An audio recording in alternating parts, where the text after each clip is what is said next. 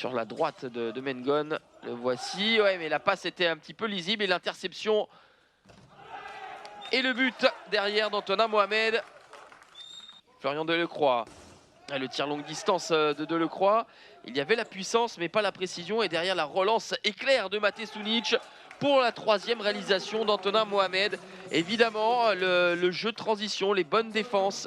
C'est le premier but de Louis-Joseph cette saison.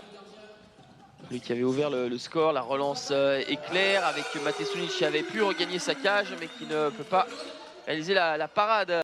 Passé à Cesson, retourné à Nantes, revenu à Cesson. Ouais, le tir puissant de Louis-Joseph et prendre son temps. Zemfel avec Louis-Joseph. Zemfel, décalage à l'aile. Antonin Mohamed qui ne rate rien. Qui ne rate rien. Et de 4 pour Antonin Mohamed. Hochet.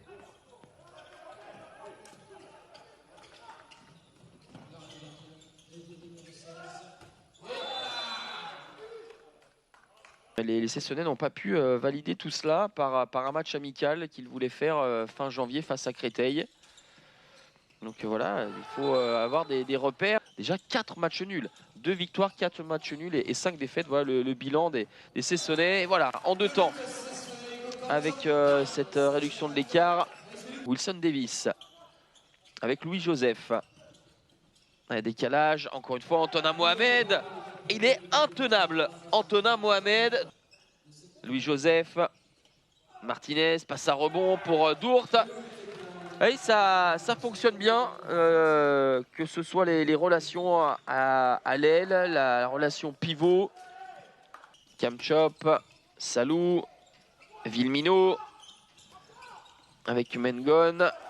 Bien fait de la part de Mengon, il avait feinté.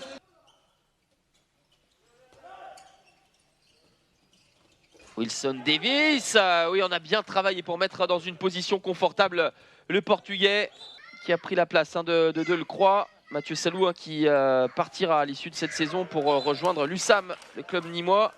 Et là on a joué à l'intérieur avec Kamchop. C'est dans un autre objectif, celui de se maintenir. Là la mauvaise passe et la longue relance. Et ce ballon attrapé comme un joueur de baseball. L'entrée de Sylvain Hochet et le tir longue distance de Mathieu Salou. Tout était bien huilé en début de partie. Il y a quelques grippages dans les transmissions des Ivréens. La barre transversale et derrière le rebond et la joie significative, communicative. En tout cas, il sort un arrêt important à ce moment-là du match.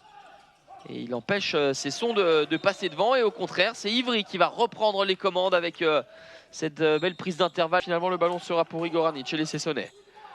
Avec Mengon. Marco Mengon. Avec cette fléchette, lorsqu'on arrive à mettre un temps fort. Avec ce ballon qui va être récupéré par Léo Martinez. C'est bien fait de la part d'Ivry. Et à contrario, forcément, une dernière possession complètement galvaudée. Série qui se retrouve hors secteur, pas sur son bon bras. Série. Bien joué de la part de Rudy Série. Voilà, qui laisse parler la puissance de son bras. On l'avait connu un petit peu timoré dans cette première partie de saison. Le 4e penalty pour Ivry à Walid Badi qui avait été en échec. Bien cette fois-ci, c'est au tour d'Antonin Mohamed. Elle aussi approximative pour Mengon. Ballon récupéré par Ivry. On avait eu des problèmes à se replacer, à se répartir correctement. Et sur un petit changement de direction, Vilmino, Série avec Delecroix. Et quelle parade de Mate Sunic. Lui aussi qui avait été en échec sur son premier penalty, n'avait pas trouvé le cadre. Elle se représente face à Mate Sunic. Une première feinte. Et encore une fois Mate Sunic. L'interception ratée. Et derrière, oui, c'est qui tout double. Soit on intercepte, soit on laisse un trou béant et un décalage assez facile. Salou pour Camarero. Avec une intervention encore une fois de Mate Sunic derrière Zemfel qui met du rythme avec Antonin Mohamed qui va contourner Salou. Oh, extraordinaire! Extraordinaire ce but d'Antonin Mohamed, la 11e réalisation de l'ailier ivréen. Et de nouveau atteint par Ivry, mais on avance dans cette partie. Et plus on avance, plus Mate Sunic est en train de fermer la boutique. Et là, on voit vraiment cette jeunesse au pouvoir du côté d'Ivry avec ce tir en appui de Zemfel. La réponse derrière. Putain, le précieux Simon Ooms pour la fin de cette rencontre, pour pouvoir réutiliser l'expérience du Belge. Ouais, attention parce qu'on avait choisi l'option de faire sortir Mate Sunic. Allez, jet de 7 mètres pour Alan Villemino. L'opportunité de revenir à 3 buts. Ils sont encore dans la partie. Il reste un peu plus de 8 minutes à jouer. Mais forcément, si on n'arrive pas à convertir les jets de 7 mètres et les buts faciles, ça va risquer de devenir compliqué. Ouais, c'était une belle combinaison, mais qui n'aboutira pas. Récupération d'Anic, loin devant pour Rocher qui a jumpé pour contourner Mate Sunic et marquer un deuxième but consécutif. Cesson n'est plus qu'à 3 buts à 6 minutes de la fin. Derrière, si Cesson parvient à revenir à -2, cela va nous donner une fin de partie palpitante et ça va être le cas avec la puissance une nouvelle fois de Mathieu Salou.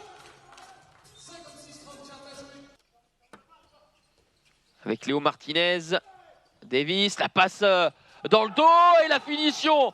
Tout est bien exécuté, la fixation de Martinez, la passe dans le dos de Davis pour Antonin Mohamed. Et derrière, Mate Sunic qui met le couvercle sur la marmite avec cette parade énorme devant le pivot cessonnais.